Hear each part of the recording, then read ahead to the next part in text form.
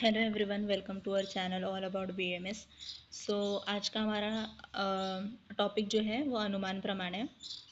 तो अनुमान प्रमाण का हम लोग चरक के अनुसार अनुमान के भेद तक वहाँ तक देख चुके हैं। अभी इसके आगे हम लोग देखने वाले हेतु के लक्षण। ठीक है,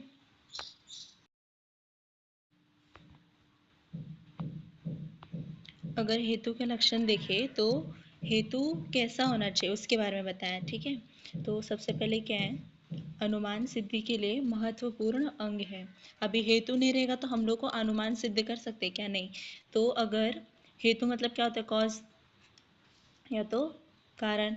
अगर कॉज ही हम लोग को पता नहीं होगा तो हम लोग किसी भी चीज़ को सिद्ध नहीं कर पाएंगे ना।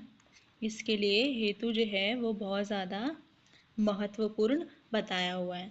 फिर उसके बाद सेकंड पॉइंट जो देखें, हेतु के बिना साध्य को सिद्ध करना संभव नहीं है। तो हेतु के बिना हम लोग साध्य को सिद्ध नहीं कर सकते। जैसे कि अगर हम लोग को धूम ही नहीं दिखा तो हम लोग कैसे उधर पे अनुमान लगा सकते हैं, साध्य को सिद्ध कर सकते हैं कि यहाँ पे अग्नि होगा। फिर उसके बाद हेतु का सही होना अनुमान के लिए अत्यावश्यक है, और हेतु का सही होना तो वो जो है अनुमान लगाने के लिए बहुत ज़्यादा ही आवश्यक है। जैसे कि यहाँ पे एग्जाम्पल दिया हुआ है कि धूम के बिना हम लोग अग्नि को भी धूम के बिना हम लोग अग्नि का अनुमान नहीं लगा सकते हैं। हेतु के जो है वो दो भेद होते हैं। ठीक है, एक तो सद हेतु और उसके बाद असद हेतु। अभी सबसे पहले हम लोग सद हेतु देखते हैं। तो सद हेतु क्या होता है, जिसमें सब चीज़ हम लोग को, जो हम लोग अनुमान प्रमाण लगाते हैं उसमें कोई भी गलत चीज़ें ना हो। मतलब कि वो सबके सब बरोबर हो और अचूक हो, मतलब कुछ भी गलती ना हो, तब जा कर के हम लोग अनुमान का, अगर हमारा हेतु बरोबर है और कुछ भी उसमें गलत नहीं है तो हम लोग उससे अनुमान लगा सकते हैं। और जो अनुमान रहेगा वो भी हमारा कैसा रहेगा, बरोबर रहेगा। ठीक है, उसके बाद यह निर्दोष हेतु होता है। यह हेतु दोष युक्त न हो तो निष्कर्ष भी सही होगा। और अगर सद हेतु मतलब जैसे कि अगर हमारा हेतु सही होगा तो हम लोग उससे अनुमान का जो है, जो हमारा रिजल्ट है उसका भी सही सही अनुमान लगा सकते हैं। फिर उसके बाद उसमें देखें तो उसके 5 गुण बताए हुए हैं सदहेतु के। सबसे पहले पक्षे सत्वम, सपक्षे सत्वम, फिर विपक्षे असत्वम। ठीक है, और उसके बाद अबाधित विषयत्वम और असत प्रतिपक्षत्वम। ठीक है, तो अभी सबसे पहले देखते हैं पक्षे सत्वम। पक्षे सत्वम, पक्ष मतलब मैंने क्या बताया था, कोई भी जगह या तो स्थान, उसको हम लोग क्या बोलते हैं, पक्ष। तो जो हमारा धूम वाला अग्नि था उसमें पक्ष क्या था, पर्वत था। तो हेतु का पक्ष पर रहना उसको ही क्या बोलते हैं हम लोग, पक्ष सत्वम। अभी जो हेतु है, जो मेरा धूम है वो पर्वत पे है, उसको ही हम लोग क्या बोलते हैं, पक्ष सत्वम बोलते हैं। अभी सपक्षे सत्वम देखिए तो स मतलब क्या होता है, निश्चित रूप से और पक्ष पर। तो निश्चित रूप से पक्ष पे वो प्रेजेंट हो। हेतु का सपक्ष पर भी बना रहना। तो हेतु जो है हमारा धूम है वो सपक्ष मतलब कि निश्चित रूप से पक्ष के ऊपर प्रेजेंट हो। जैसे कि यहाँ पे उदाहरण क्या लिया हुआ है, धूम का अग्नि युक्त पर्वत पर होना। तो जो धूम है वो जो हमारा पर्वत है उसके ऊपर है और वहाँ पे क्या है, अग्नि है। तो वो निश्चित रूप से वहाँ पे प्रेजेंट है ना, तो सपक्षे सत्वम बोलते हैं। अभी इसके अपोजिट देखें तो विपक्षे असत्वम। ठीक है, तो पक्ष विपरीत दृष्टांत में हेतु का अभाव। अभी विपक्ष मतलब कि इसके अपोजिट है, मतलब वहाँ पे निश्चित रूप से प्रेजेंट था तो यहाँ पे निश्चित रूप से प्रेजेंट नहीं होगा और उसका क्या होगा, अभाव होगा। तो पक्ष विपरीत दृष्टांत में हेतु का अभाव, जहाँ अग्नि नहीं वहाँ धूम का भी न होना। जैसे कि जहाँ अगर अग्नि नहीं रहा तो वहाँ पे क्या, धूम भी नहीं होगा, या तो जहाँ धूम नहीं है तो वहाँ पे क्या होगा, अग्नि भी नहीं होगा। जैसे कि अगर उदाहरण में हम लोग देखें तो जलाशय, जलाशय मतलब कि पानी, पानी में हम लोग बिना कोई मटेरियल डाले हुए जैसे कि पेट्रोल डीजल ये सब को छोड़ के हम लोग पानी में आग नहीं लगा सकते। तो ये क्या हो गया, विपक्ष असत्वम। अभी नेक्स्ट जो है फोर्थ, वो अबाधित विषयत्व। मतलब कि यहाँ पे एब्सेंस होना चाहिए, ठीक है। तो किसका? बाधा का। बाधित मतलब बाधा या तो ऑब्स्ट्रक्शन, तो एब्सेंस ऑफ ऑब्स्ट्रक्शन, ठीक है। हेतु प्रत्यक्ष आदि प्रमाणों द्वारा बाधित नहीं होना चाहिए, किसी वस्तु के कारण धूम को देखने में बाधा ना हो। जैसे कि यहाँ पे बाधा जो है अनुमान प्रमाण में वो नहीं आना चाहिए। जैसे अगर हम लोग को हेतु ही नहीं दिख रहा है, जैसे कि वहाँ पे धूम है, तो धूम जो है वो इमारत के वजह से या तो किसी चीज़ों की वजह से क्या हो रहा है, बैरियर आ रहा है वहाँ पे, और मुझे हेतु जो है वही नहीं दिखाई दे रहा है, तो उससे मैं अनुमान भी नहीं लगा सकती हूँ कि वहाँ पे क्या है, अग्नि है, ऐसे करके। तो ये मेरा क्या हो गया, अबाधित विषयत्वम। तो ऐसा जो बैरियर है वो नहीं आना चाहिए, मतलब उसका एब्सेंस होना चाहिए, उसी को क्या बोलते हैं हम लोग, अबाधित विषयत्वम। उसके बाद नेक्स्ट जो है वो असत प्रतिपक्षत्वम। तो मतलब एब्सेंस, फिर से सत मतलब सत्य, प्रति मतलब अपोजिट, पक्षत्वम। अभी जो हमारा हेतु है वो किसी और विपरीत विषय पे भी सिद्ध नहीं होना चाहिए। जैसे कि देखते हैं अभी, साध्य विपरीत विषय की सिद्धि के लिए अन्य हेतु का न पाया जाना। अभी जो हमारा साध्य है कि हमें वो सिद्ध करना है कि वहाँ पे क्या है, अग्नि है, तो वहाँ जब हम लोग धूम देखेंगे तो वहाँ धूम जो है वो हेतु हुआ, तो हेतु जो है वो सिर्फ और सिर्फ क्या होना चाहिए, एक ही हेतु दिखना चाहिए वहाँ पे हमें, और उसमें भी कोई भी तरह का कुछ तो भी उसके अपोजिट ना आए। जैसे कि फॉर एग्जांपल देखिए, तो जो हमारा फॉग है, अगर मुझे धूम दिख रहा है और साथ में मुझे फॉग भी दिख रहा है, तो मैं उससे डिस्टिंग्विश नहीं कर पाऊंगी कि वहाँ पे जो अपना धूम है कि फॉग है। तो इससे क्या होगा, वो भी एक तरह का बाधा होगा। उदाहरण देखें तो पर्वत पर धूम के साथ अन्य किसी विपरीत विषय, वर्षा, फॉग आदि का न होना। मतलब कि जो हमारा पर्वत है उसके साथ, धूम के साथ और भी चीज़ों का वहाँ पे प्रेजेंस नहीं होना चाहिए। जैसे कि फॉर एग्जांपल में वर्षा, फॉग, ये सब नहीं होना चाहिए। तो उससे हम लोग को जो हमारा अनुमान है वो प्रॉपर नहीं मिलेगा। तो अनुमान प्रमाण को समझने के लिए हम लोग को सद हेतु, मतलब कि उसके 5 गुण बताए हुए हैं। सद हेतु मतलब कि प्रॉपर जो हमारा अनुमान है बरोबर होना चाहिए, कुछ भी गलत नहीं होना चाहिए उसके लिए। तो उसमें सबसे पहले दिया है पक्ष सत्व। तो उसमें पक्ष जो है वो हमेशा हेतु जो है वो पक्ष के ऊपर रहना चाहिए। फिर उसके बाद सपक्षे सत्वम। तो हेतु जो है वो निश्चित रूप से पक्ष के ऊपर रहना चाहिए। और विपक्ष असत्वम, जहाँ पे जो हेतु है वो प्रेजेंट ही ना हो, उसका अभाव हो, वो उसको हम लोग विपक्षी असत्वम। उसके बाद बाधित वाला जो देखा हम लोग ने, अबाधित विषयत्वम, मतलब कि उसमें बाधा नहीं आना चाहिए हेतु को देखने के लिए। और उसके बाद असत प्रतिपक्षत्वम, हेतु के साथ और भी कुछ अलग अलग चीज़ें जो है, उसके विपरीत चीज़ें जो है वो नहीं आना चाहिए। जैसे कि वर्षा हो गया, फॉग हो गया। तो यहाँ पे एक डायग्राम है, इससे आपको और भी क्लियर होगा। तो ये अपना धूम है, और यहाँ पे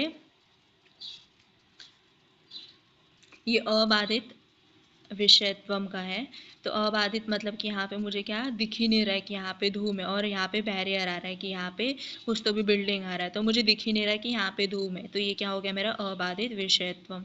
बाधित विषयत्वम, और इसके अपोजिट क्या हो जाएगा, अबाधित, मतलब कि बैरियर नहीं आना चाहिए हमारे अनुमान प्रमाण को समझने के लिए और अनुमान लगाने के लिए। फिर उसके बाद सत प्रतिपक्ष देखें तो जो धूम है उसके साथ क्या हो रहा है, वर्षा आ रही है, तो फॉग आ रही है, तो उससे क्या हो रहा है, मुझे प्रॉपर जो मेरा अनुमान है वो नहीं लगा पा रही हूँ। तो ये भी एक तरह का बाधा है, और ऐसा बाधा हमारे अनुमान प्रमाण में नहीं आना चाहिए।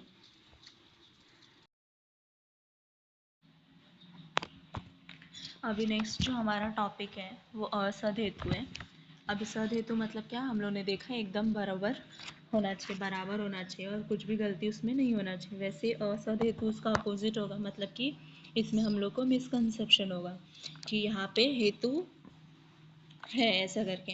तो देखते हैं असद हेतु, तो हेतु का आभास होना, मतलब कि हेतु वहाँ पे प्रेजेंट नहीं रहेगा, फिर भी हम लोग को कैसा होगा, आभास होगा। उसी को क्या बोलते हैं हम लोग, असद हेतु बोलते हैं। या तो इसको हम लोग कन्फ्यूजन भी बोल सकते हैं, क्योंकि इसमें जो हमारा अनुमान प्रमाण है ना वो सिद्ध नहीं होगा, जो हमारा हेतु है वही नहीं सिद्ध होगा, तो हेतु का आभास रहेगा तो साध्य नहीं सिद्ध होगा, और साध्य नहीं सिद्ध होगा तो बाकी चीज़ें कैसे सिद्ध होगी। तो यहाँ पे हम लोग को अनुमान प्रमाण का ज्ञान जो है वो प्राप्त नहीं होता है असद हेतु में। तो फिर अभी उसके बाद अगर हम लोग देखें तो असद हेतु के अभी असद हेतु को समझने से पहले एक और टर्म समझते हैं, उसका ये दैट इज हेत्वाभास, मतलब कि हेतु का आभास। हेतु वहाँ पे एक्चुअली में प्रेजेंट नहीं रहेगा, कन्फ्यूजन रहेगा हम लोग को। उसी को क्या बोलते हैं हम लोग, असद हेतु या तो अहेतु भी बोलते हैं। उसके बाद देखिए हेतुचा अभाव, मतलब हेतु का अभाव, उसी को हम लोग क्या बोलते हैं, असद हेतु बोलते हैं। फिर उसके बाद उसके जो है वो 5 गुण हैं, धीरे धीरे एक एक करके हम लोग डिटेल में पढ़ेंगे। अभी सबसे पहले जो है वो हमारा क्या है,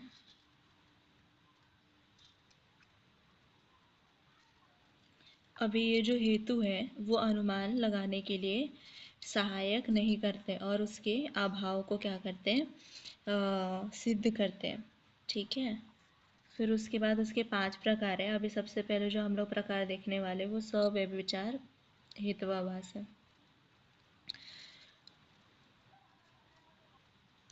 अभी सव्यभिचार हेत्वाभास देखिए, मतलब मतलब सहित या तो साथ में, व्यभिचार मतलब कि कुछ भी गलत करना, उसी का हेतु का आभास, उसी को क्या बोलते हैं हम लोग, सव्यभिचार हेत्वाभास बोलते हैं। तो अभी जो जो हेतु है वो कभी साध्य के साथ नियत नहीं रहता है, मतलब कि जो हेतु है वो कभी साध्य के साथ रहता है, मतलब जो हम लोग ने अनुमान प्रमाण देखा था तो उसमें हम लोग ने क्या देखा था कि हेतु जो है हमेशा साध्य के साथ ही रहना चाहिए। तो यहाँ पे वैसे प्रेजेंट नहीं रहता है, और फिर वो कभी साध्य को सिद्ध करता है तो कभी उसके अभाव को सिद्ध करता है। उसके भी फिर से टाइप्स हैं। तो सबसे पहले उसमें है साधारण सव्यभिचार हेत्वाभास। उससे भी अगर पहले पॉइंट देखिए, जो अनुमान है वो अचूक, मतलब कि सही होने के लिए हमेशा हेतु जो है वो किसके साथ होना चाहिए, साध्य के साथ। ये रहना बहुत ज़्यादा अनिवार्य है।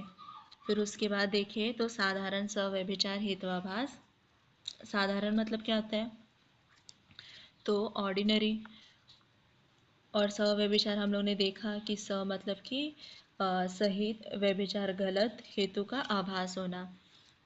फिर इसका अगर देखें, जो हेतू पक्ष, सपक्ष व